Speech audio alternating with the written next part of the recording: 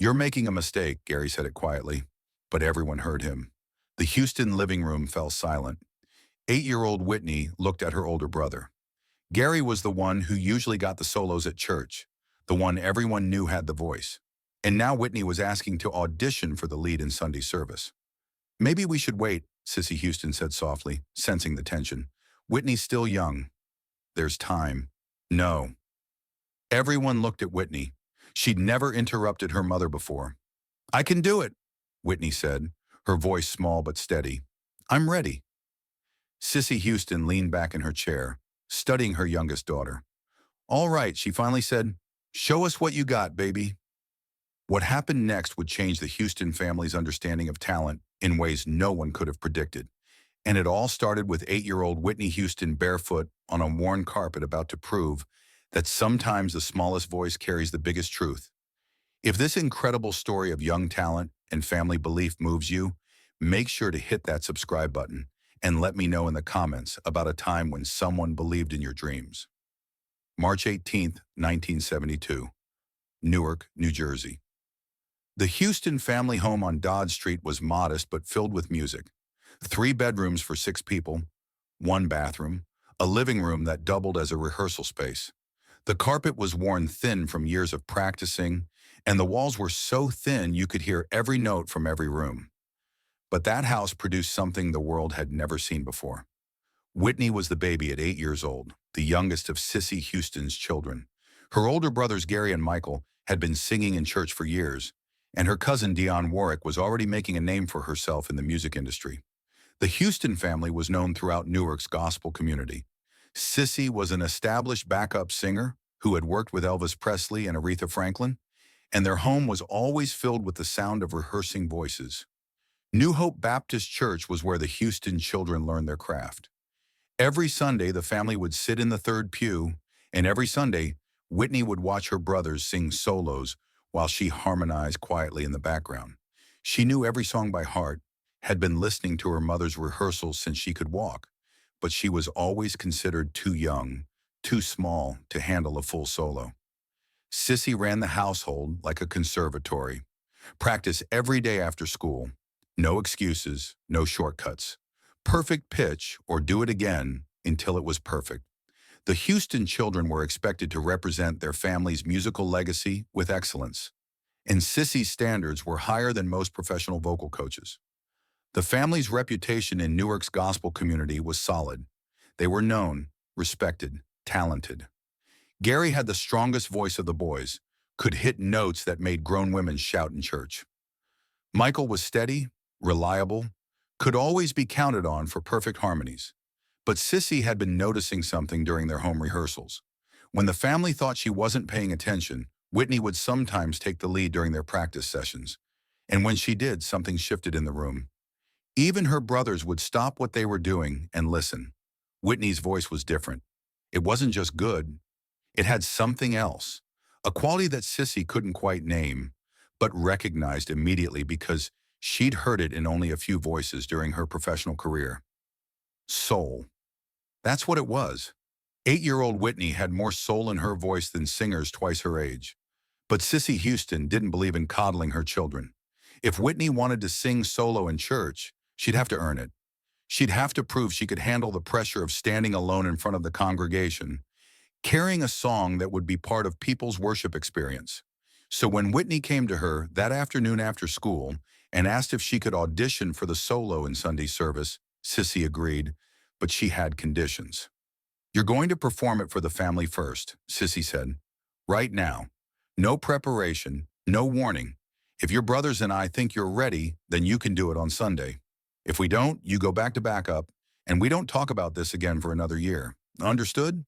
Whitney nodded, her heart pounding.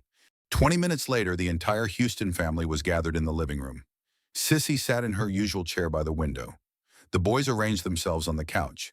Gary looking skeptical, Michael curious but supportive. Even their neighbor Mrs. Williams from next door had been invited, because she was the church pianist and her opinion carried weight. "This is silly," Gary muttered. "She's 8 years old, Mama."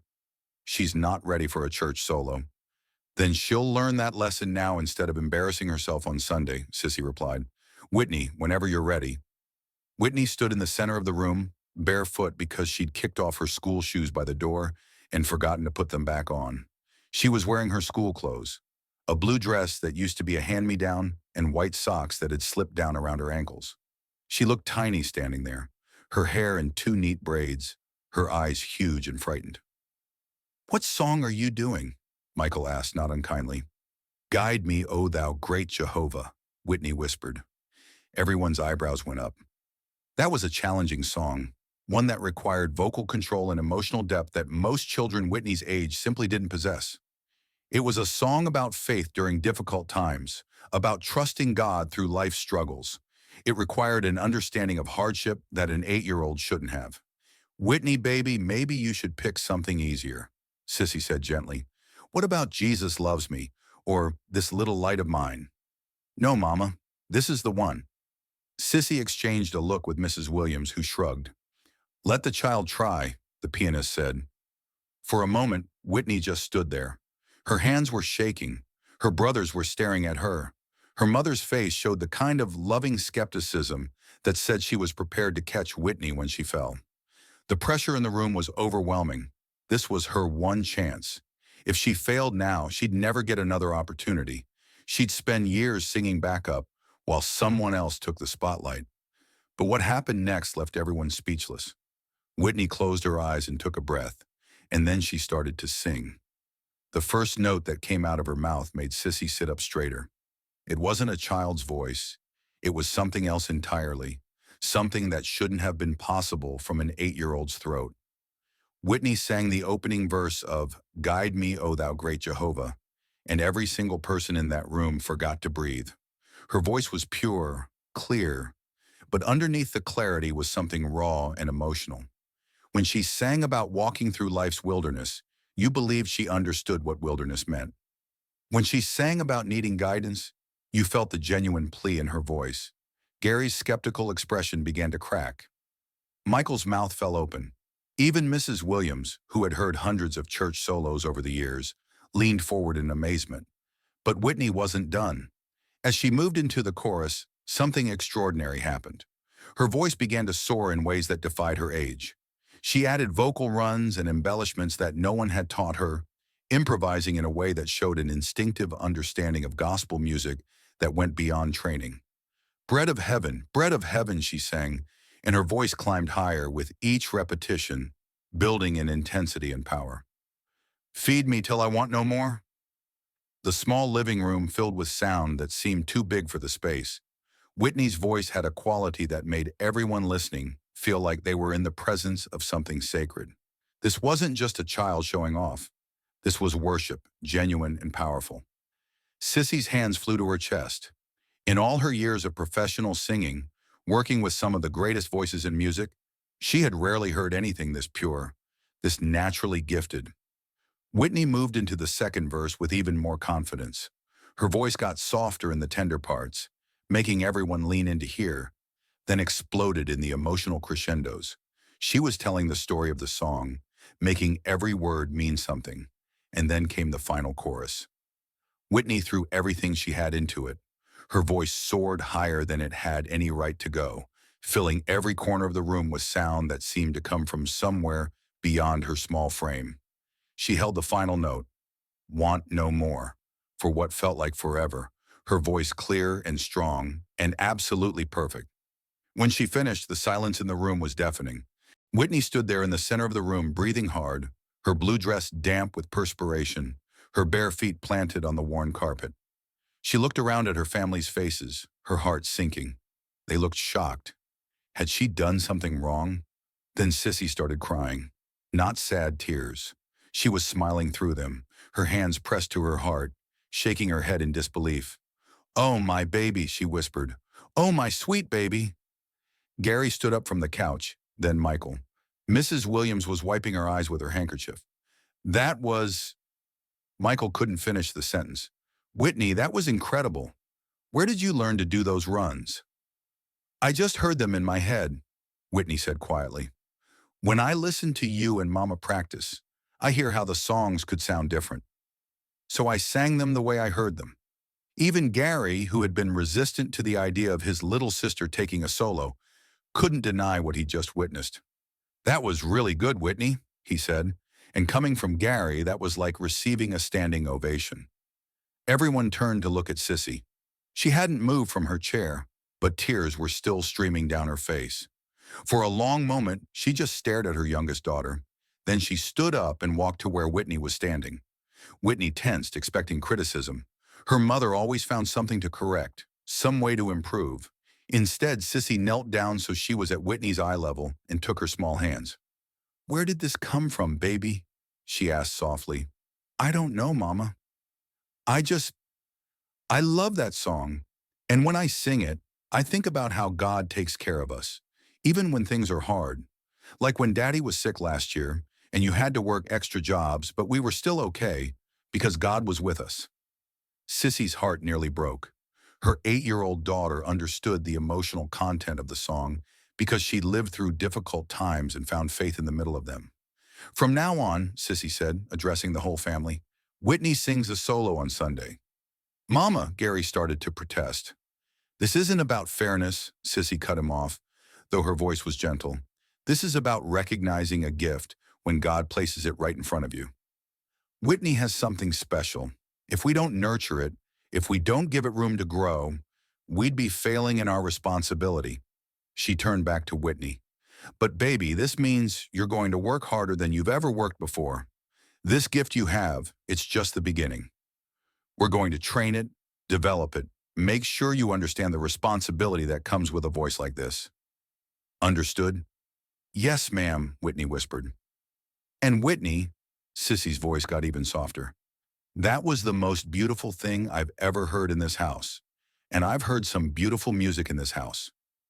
Coming from Whitney Houston, who had sung with legends, that was like winning a Grammy. But the story doesn't end with that living room performance. That night, after everyone had gone to bed, Cissy found Whitney sitting on the back steps, looking up at the stars. "Can't sleep, baby?" she asked, sitting down next to her daughter. "Mama, was it really okay?" Gary looked upset. Cissy put her arm around Whitney. "Gary will be fine. He's learning that talent isn't about competition. It's about each person using their gifts to serve something bigger than themselves. Your voice doesn't take away from his. It adds to what our family can offer." "I was so scared," Whitney admitted. "I thought I was going to be sick." "I know, baby. But you know what courage is? It's not about not being scared. It's about being terrified and doing it anyway. Because you know it's right." Whitney leaned against her mother. "What if I mess up on Sunday? What if my voice cracks or I forget the words? Then you'll mess up and try again next time." "But you know what I think?" Cissy tilted Whitney's chin up so she was looking at her. "I think God gave you something very special. Not everyone gets a gift like that. And when you have a gift like yours, you have a responsibility to share it. Not to show off, not to be better than other people, but to bring joy, to help people feel closer to God, to remind them that there's beauty in the world even when things are hard. When you sang tonight, you know what I felt?" Whitney shook her head. "I felt like I was in church. Like God was right there in our living room, listening with us." "That's what your voice does, Whitney. It creates a space where people can feel God's presence." Whitney was quiet for a moment. "I want to do that, Mama. I want to help people feel closer to God." "Then you will, baby. You will. The Sunday service that changed everything." 3 days later, New Hope Baptist Church was packed for Sunday morning service. Word had somehow gotten out that little Whitney Houston was going to sing a solo, and people were curious. The Houston family was well known, but Whitney had never performed alone before. When Reverend Williams announced that Whitney would be singing "Guide Me, O Thou, Great Jehovah," there were surprised murmurs throughout the congregation. It was a challenging song, not typically given to children. Whitney walked to the front of the church wearing a white dress that Cissy had pressed specially for the occasion. She looked even smaller standing alone at the front of the sanctuary, but when she opened her mouth to sing, her voice filled every corner of the church. By the end of the first verse, the congregation was completely silent, entranced. By the chorus, people were standing up. By the final note, the entire church erupted in applause and shouts of "Hallelujah!" that lasted for 5 full minutes. A local gospel music promoter named Luther Jackson was in the congregation that morning. After the service, he approached Cissy Houston. "Mrs. Houston," he said, "that child is going to be one of the greatest voices in music history. Mark my words." Cissy Houston didn't disagree. The legacy of that moment, the performance in the Houston family living room on March 18th, 1972, lasted less than 4 minutes. But those 4 minutes changed everything. Whitney Houston went from being the little one to being recognized as the voice that would carry the Houston musical legacy forward. Within a year, she was singing regularly at church and local gospel events. Within 5 years, she was singing backup for her mother's professional sessions. Within 10 years, she would sign her first record deal. Within 15 years, she would be known around the world as The Voice. But it all started in that tiny living room in Newark, New Jersey. It started with an 8-year-old girl who was brave enough to ask for a chance, brave enough to stand barefoot on a worn carpet in front of her family and risk everything, brave enough to show the world that sometimes the smallest person in the room has the biggest gift. Years later, in an interview, Gary Houston was asked about when he first realized Whitney was going to be a superstar. March 18th, 1972, Gary said without hesitation, "The day she sang, 'Guide me, O thou great Jehovah,' in our living room. That was the day I knew I was living with someone unprecedented, someone who was going to change music forever." "Were you jealous?" the interviewer asked. Gary thought about it for a moment. "At first, maybe. But then I realized something incredible. I was watching history happen. How many people can say that? I got to witness the moment a legend was born. That's pretty special." He was right. That Sunday evening in March, in a house filled with music and faith, 8-year-old Whitney Houston proved that talent has no age limit, that courage isn't about being fearless, but about being terrified and performing anyway, and that sometimes the smallest voice carries the truest song. The little girl who stood barefoot in her family's living room would grow up to have one of the most celebrated voices in music history. But in that moment, she was just Whitney, scared, hopeful, and absolutely extraordinary. If this incredible story of young talent and family support inspired you, make sure to subscribe for more amazing stories about the moments that shaped music's greatest legends. And remember, like Whitney showed us that March day, sometimes all it takes is the courage to ask for your chance and the faith to believe in the gift you've been given.